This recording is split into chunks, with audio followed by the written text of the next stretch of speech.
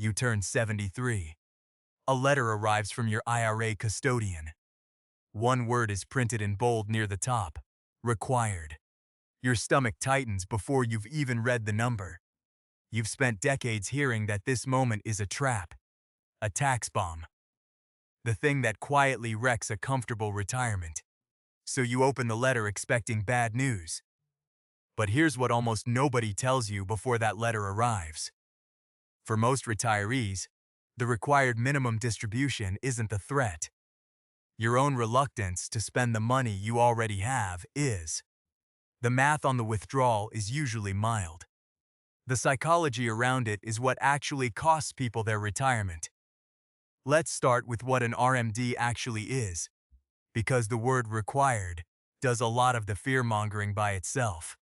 Once you hit age 73, the IRS says you have to start pulling money out of accounts like a traditional IRA or 401k, not spending it, not giving it away, just moving it out of the tax-deferred account so the government can finally collect tax on money that's been growing untouched for decades.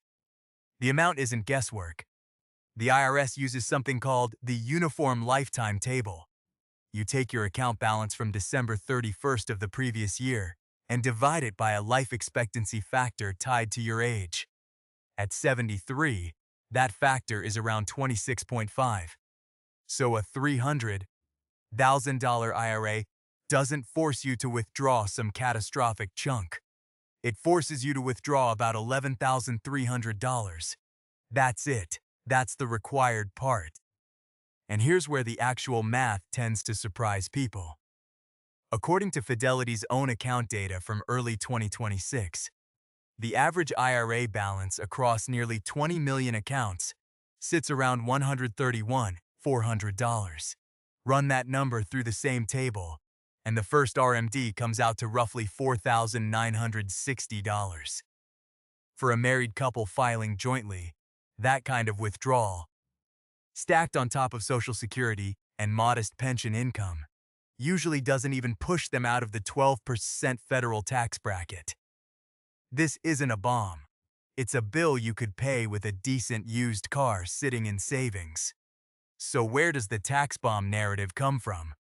It's real, but it's aimed at the wrong audience. Financial researchers who study this, including analysts covering IRA data at Fidelity and Vanguard, point out that the genuinely painful RMD scenarios belong to people with $1.5 million or more sitting in pre-tax accounts, or retirees stacking a large pension on top of Social Security and a big IRA balance. For that group, yes, RMDs can push a chunk of income into a much higher bracket, and Roth conversions before age 73 are worth a serious look. But that's not most retirees. That's a minority carrying an outsized share of the anxiety onto everyone else's shoulders. Part of the confusion comes from the rule itself changing shape underneath people's feet. For decades, the RMD age was 70 and a half, a strange, awkward number that tripped up plenty of retirees who miscounted their own deadline. Congress moved it to 72 under the SECURE Act in 2019.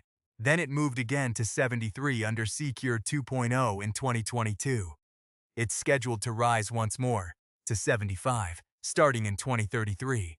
Every time the age shifts, headlines resurface, and every resurfacing drags the tax bomb language back out with it, whether or not it applies to the person reading the headline.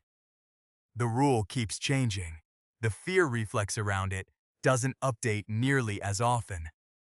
Now here's the twist almost nobody expects when they finally sit down and read a study on this, instead of a headline. The bigger threat to most retirement plans isn't taking too much money out. It's taking out too little, and then refusing to spend even that. The Center for Retirement Research at Boston College has tracked this pattern for years. A 2018 study published in the Journal of Personal Finance found that roughly half of retirees feel real discomfort watching their account balance shrink, even when that decline comes from spending on things they planned for and can afford, not from market losses. from spending on purpose. The number going down, by itself, triggers something that feels like danger. And Vanguard's own account data backs this up in a very specific way. Retirees with modest savings often take their required withdrawal and then quietly reinvest close to a third of it right back into a taxable account. They followed the letter of the law and then undid the spirit of it in the same afternoon.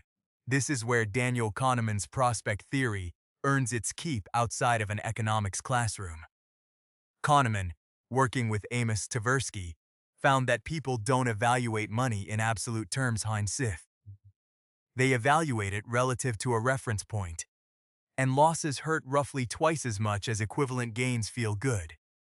When your IRA balance drops from $300,000 to $288,700 because you were required to withdraw money, your brain doesn't register, "I moved money from one account to another for tax purposes." It registers, "I lost $11,300, even though the money didn't vanish. It's sitting in your checking account or a taxable brokerage account, still yours, still growing, just no longer shielded from tax. The RMD didn't take anything from you. Your brain just filed it under loss anyway." It helps to put the RMD percentage next to a number retirement planners have trusted for decades. Financial advisor William Bengen studied nearly 70 years of market returns and concluded that a retiree could withdraw about 4% of their portfolio in the first year of retirement, adjust that dollar amount for inflation every year after, and have a very high probability their money would last 30 years. At age 73, the Uniform Lifetime Table works out to roughly 3.8%.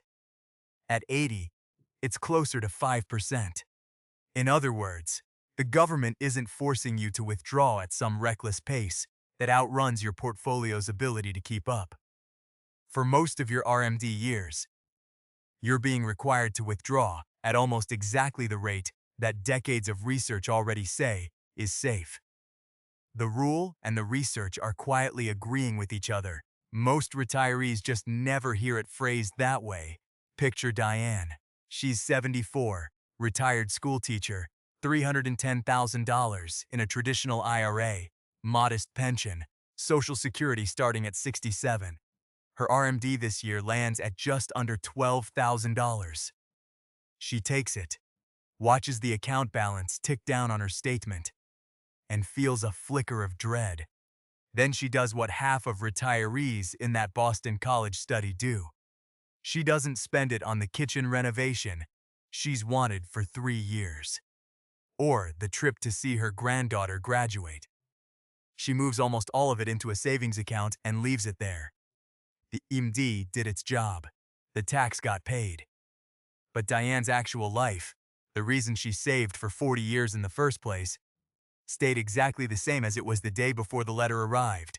Run the same story forward 10 years, and the pattern rarely breaks on its own. Diane turns 84. Her IRA, even after a decade of required withdrawals, is still worth more than it was when she retired, because the growth on what remains has outpaced what she's pulled out and refused to spend. Her kitchen still has the same cabinets. The trip to the graduation got pushed to maybe next year, so many times it quietly became never. Nothing went wrong, technically. Every form was filed correctly. She just spent 4 decades saving for a life she never let herself fully step into. That's the counterintuitive part. The rule that's supposed to force spending doesn't actually force spending. It only forces a tax event. You can follow it to the letter and still die, having used almost none of what you built. A widely cited pattern from retirement researchers.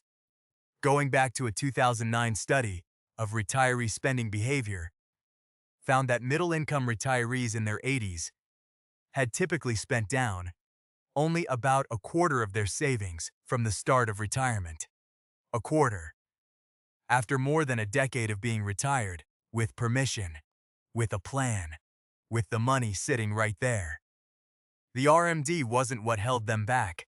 Their own relationship with the number on the statement was, so what does this actually mean for you? Whether you're 73 right now or 20 years out. It means a letter that says, required, is doing you a favor you don't feel yet. It's the one external force strong enough to overcome the instinct that tells you to protect the balance at all costs. Most people never build that habit on their own. The IRS building it into law is, strangely, one of the more useful things it's ever done for the average retiree's actual quality of life. But you still have to finish the job it starts. The RMD gets the money out of the account. What you do after that is entirely on you. If your instinct is to quietly reinvest the withdrawal, like the retirees in that Vanguard data did, ask yourself honestly what you're protecting the balance for. If the answer is in case I need it later, that's reasonable, up to a point. If the answer is a feeling you can't quite name, that's Kahneman's loss aversion running the show, not a real financial risk. And this isn't only a retirement lesson. Watch how you treat money right now. Today, long before any required distribution shows up in your mailbox. Notice the account balance you refuse to touch, even for things you actually want.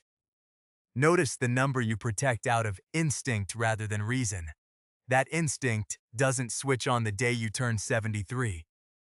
It's already running your decisions now, just without a government letter to expose it. Maybe it's the emergency fund that's grown 3 times larger than any emergency you've ever actually had, sitting untouched while you put off a trip or a repair you can genuinely afford. Maybe it's the raise you got last year that went straight into savings instead of anywhere near your actual life, simply because watching the number go up felt safer than deciding what it was for. The same loss aversion that makes Diane reinvest her RMD is the reason a 35-year-old stares at a healthy savings account and still feels like spending any of it is a mistake. Nobody sends that person a government letter forcing a decision. Which means, in a strange way, retirees with an RMD have an advantage the rest of us don't. Something external finally makes the first move for them. You'll turn 73 eventually. A letter will arrive from your IRA custodian. One word will be printed in bold near the top, required, and this time, you'll open it already knowing. The number was never the threat.